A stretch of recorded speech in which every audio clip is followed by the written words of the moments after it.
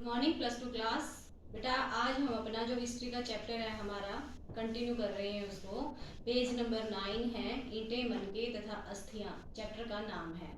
उसका हम जो हमारा फोर्थ टॉपिक है, फोर्थ पॉइंट है, उसको हम डिस्कस करेंगे। थर्ड पॉइंट तक हम कर चुके हैं। तो हमारा जो थर्ड पॉइंट के बाद जो फोर्थ टॉपिक है वो है हमारा सामाजिक भिन्नताओं का अवलोकन। यानी कि प्राचीन समय में जो सामाजिक भिन्नताएं थी वो किस प्रकार की थी, उनको हम देखेंगे, उन पे एक नजर डालेंगे कि किस प्रकार से सामाजिक व्यवस्थाएं थी उस टाइम पे। तो पहले तो सामाजिक भिन्नताओं का अवलोकन करने के लिए हम पढ़ेंगे कि वहां पर जो शवाधान का सिस्टम था वो किस प्रकार का था। शवाधान का मतलब क्या है, वहां पे मृतकों के शरीर को किस प्रकार से दफनाया जाता था, उनके साथ क्या क्या वस्तुएं रखी जाती थी। प्राचीन परंपराओं के अनुसार पुरातत्वविदों ने जब यह इसके बारे में खोज की, आविष्कार की, तो उन्हें पता चला कि प्राचीन परंपराओं के अनुसार मृतकों के शरीर के साथ महंगे महंगे आभूषण रखे जाते थे और ये मान्यता थी कि इन आभूषणों को, इन जरूरत की वस्तुओं को मृत्यु के बाद प्रयोग करता है और उन्हें कब्रों में दफनाया जाता था। और उन कब्रों की जो चिनाई की जाती थी, चिनाई का मतलब कि वो कब्र जो बनाई जाती थी ईंटों से बनाई जाती थी और उनमें मृतकों के शव को दफनाया जाता था। और यह मान्यता थी कि वही कि इनके साथ जो महंगे महंगे आभूषण हैं वो रखे जाते थे। और जो हड़प्पा सभ्यता थी वहां पर इस चीज को स्वीकार नहीं किया जाता था कि महंगी वस्तुओं को मृतक के साथ नहीं दफनाया जाता था। वहां पर जैसे तांबे का, शीशे के प्रमाण मिले हैं कि तांबे का एक शीशा आपकी पिक्चर में भी दिखाया हुआ है, आपका जो बुक है उसमें भी आप देखिए बेटा, उसमें दिखाया हुआ है कि एक तांबे का शीशा, वो प्रमाण मिले हैं कि वहां पर हड़प्पा सभ्यता में शवों के साथ दफनाए जाते थे।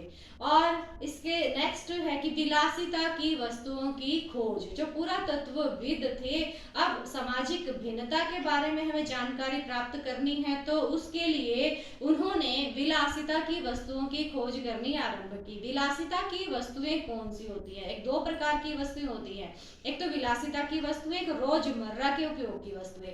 रोजमर्रा के उपयोग की वस्तुओं को और विलासिता की वस्तुओं को पुरातत्वविदों ने दो भागों में बांटा। जो रोजमर्रा के उपयोग की वस्तुएं होती थी वो बड़ी कॉमन सी मटेरियल से बनी होती थी और वो हर घर में आसानी से मिल जाती थी, जो सामान्य लोग जिनको प्रयोग करते थे। और विलासिता की वस्तुओं का जो निर्माण किया जाता था वो काफी महंगे पदार्थ से किया जाता था, जिनको बड़े बड़े घरों में प्रयोग किया जाता था, यानी अमीरों के घरों में प्रयोग किया जाता था। इस बात के प्रमाण पुरातत्वविदों को मिले हैं। अब बात आती है कि वो विलासिता की वस्तुओं को, विलासिता की वस्तुएं कौन सी हैं जिनको विलासिता की वस्तुओं की कैटेगरी में रखा जाता है, ऐसी वस्तुएं कौन सी हैं। आपकी जो बुक है उसमें एक पिक्चर आपको दिखाई गई है, जो फ्यांस से बना हुआ एक पात्र है। वो बड़ा महंगा पात्र था और फ्यांस, जैसे कि आपको मैंने बेटा पहले भी कुछ इंपॉर्टेंट टर्म्स जो थी उनमें बताया था कि फ्यांस क्या है, एक बालू मिट्टी है और उसको एक रंग और एक चिपचिपे पदार्थ के मिश्रण को पकाकर वो बनाया जाता है और उससे उन्होंने एक पात्र बनाया था, वो काफी महंगा था और वो विलासिता की वस्तुओं के अंतर्गत उसकी गिनती की जाती थी और इसे बनाना भी बहुत मुश्किल था। और महंगे पदार्थों से जो बनी काफी दुर्लभ वस्तुएं थी वो जोदड़ो और हड़प्पा जैसी बस्तियों, बड़ी बड़ी बस्तियों में पाई जाती थी। और छोटी छोटी जो बस्तियां होती थी वहां के लोग इनको प्रयोग नहीं करते थे क्योंकि वो इतने साधन संपन्न नहीं थे कि वो इनको खरीद सकें और बना सकें। और जो मोहनजोदड़ो और हड़प्पा जो थे वो काफी विकसित थे, तो वहां पर इनके प्रमाण हमें मिले हैं।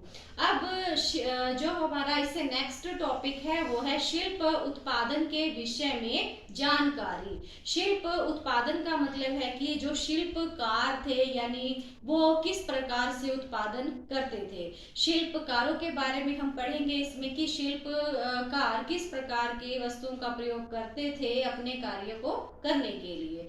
अब शिल्पकारों का जो कच्चा माल होता था वो उन्हें किस प्रकार, वो किन किन वस्तुओं का प्रयोग करते थे।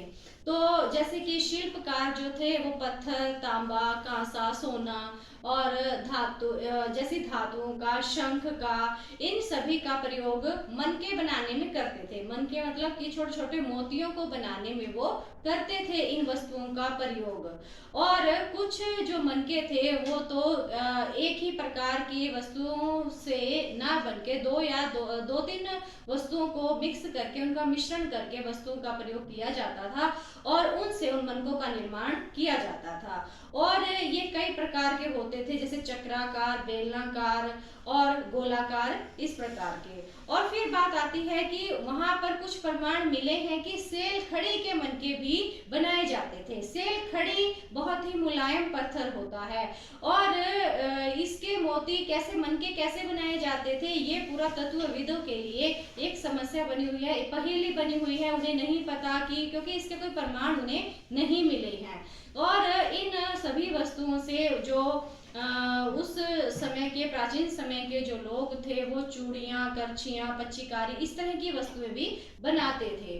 और इससे नेक्स्ट है आपका कि उत्पादन केंद्रों की पहचान, कि पुरातत्वविद जो थे वो इन उत्पादन केंद्रों की पहचान कैसे करें। उनके लिए ये पहचान करने के उन्होंने कुछ तरीके ढूंढे। वो तरीके कौन से थे कि जिन स्थानों पर उन्हें इनसे संबंधित कच्चा माल मिला या इनसे रिलेटेड कूड़ा करकट मिला या उनको उनके द्वारा त्यागा हुआ, यानी कि उन्होंने जैसे माल बना, वस्तुओं का निर्माण करते हुए जो माल त्याग दिया गया, माल जिसको बोला गया है कि वो वहीं पर वहां उन्होंने छोड़ दिया, इस प्रकार के प्रमाण उन्हें मिले हैं, जिससे वो ये पहचान करते हैं कि इन क्षेत्रों में इन वस्तुओं का निर्माण किया जाता था, यानी कि ये इन वस्तुओं के उत्पादन केंद्र हैं। कूड़ा करकट का मतलब क्या है कि कूड़ा करकट का मतलब कूड़े कचरे से नहीं है। यहाँ पे कूड़े करकट का मतलब है कि ये जो वस्तुओं का निर्माण वो करते थे इन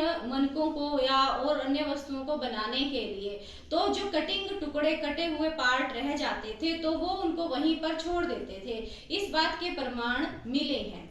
तो इस प्रकार हम कह सकते हैं कि उन्होंने धीरे धीरे उत्पादन केंद्रों की पहचान भी की, जिससे कि उनकी जो आविष्कार थे, खोज थे, वो पहचान करने में उन्हें बड़ी आसानी हुई। और ये जो ये टुकड़े हैं इस बात की ओर भी संकेत करते हैं कि इस प्रकार के जो उत्पादन केंद्र थे वो उत्पादन केंद्र मोहनजोदड़ो में और हड़प्पा जैसे बड़े शहरों में भी स्थापित थे, क्योंकि वहां पर इनके प्रमाण मिले हैं। अब बात आती है कि हमने ये तो पता कर लिया कि वो किस प्रकार कच्चा माल प्राप्त करते थे और किस प्रकार का कच्चा माल प्राप्त करते थे, और अब बात आती है कि ये माल उन्हें मिलता कहाँ से था, माल प्राप्त करने संबंधी नीतियां।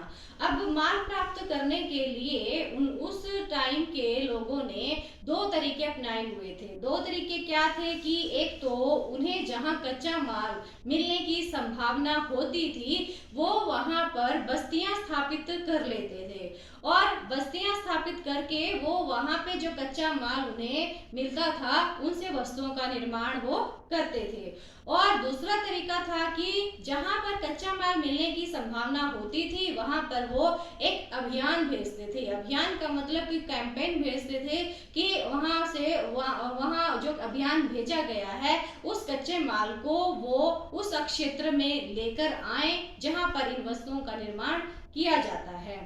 अब वहां पर उन्होंने बस्तियां स्थापित की। अब जैसे उन्होंने अभियान स्थापित किए, राजस्थान में एक प्रसिद्ध क्षेत्र है खेतड़ी। खेतड़ी में तांबा बड़ा अच्छी क्वालिटी का मिलता है। उस टाइम पे उन लोगों ने इस बात का पता लगा लिया था और वहां से उन्होंने इस प्रकार की वस्तुओं को एकत्रित किया। अब सुदूर क्षेत्रों से संपर्क उन्होंने स्थापित किया। सुदूर का मतलब कि दूर दूर के जो क्षेत्र थे वहां से भी उन्होंने इस प्रकार का जो भी इससे संबंधित जो कच्चा माल वो एकत्रित कर सकते थे वो वहां से लेकर आए। तो जो सुदूर यानी कि दूर दूर के क्षेत्र, दूर दूर के देशों से कहां से वो लेकर आए, अरब देश है जो उसके ओमान से उन्होंने काफी तरह का तांबा एकत्रित किया, वहां से वो मंगवाते थे और तांबा मंगवाते थे। और इस प्रकार जो एक हड़प्पाई मर्तबान उन्हें पुरातत्वविदों को मिला है। हड़प्पा से एक मर्तबान मिला है उन्हें, और उस मर्तबान पर काली मिट्टी की एक मोटी परत चढ़ाई जाती थी। मोटी परत चढ़ाने का कारण क्या था कि उसमें अगर कोई लिक्विड, कुछ तरल पदार्थ अगर डाला जाता है तो वो उससे बाहर ना निकले और इस प्रकार उसको सुरक्षित रखा जा सके। तो ये एक ओमान में मिला एक हड़प्पाई मर्तबान था। और ओमान जो था मेसोपोटामिया के लेखों में मगान शब्द के रूप में प्रयोग किया जाता था। ओमान के लिए ही मगान शब्द का प्रयोग किया जाता था। और जो मेसोपोटामिया है उसके जो वहां पर जो तांबा प्राप्त हुआ है पुरातत्वविदों को, उसमें उन्हें निकल के भी कुछ अंश मिले हैं। और ये जो निकल के अंश तांबे में मिले हैं तो वो तांबा हमें कहाँ से मिला, मगान से मिला है।